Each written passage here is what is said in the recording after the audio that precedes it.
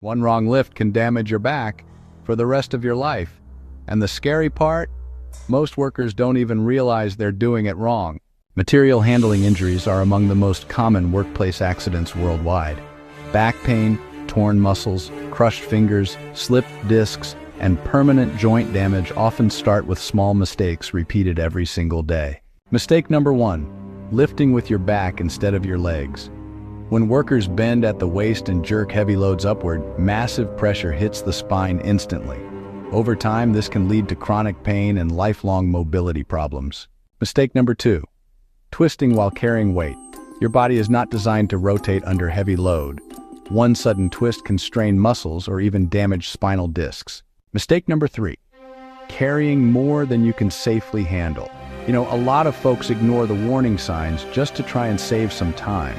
But overloaded lifting, well, that often leads to dropped materials, crushed feet, and some pretty serious shoulder injuries. And mistake number 4, ignoring proper equipment.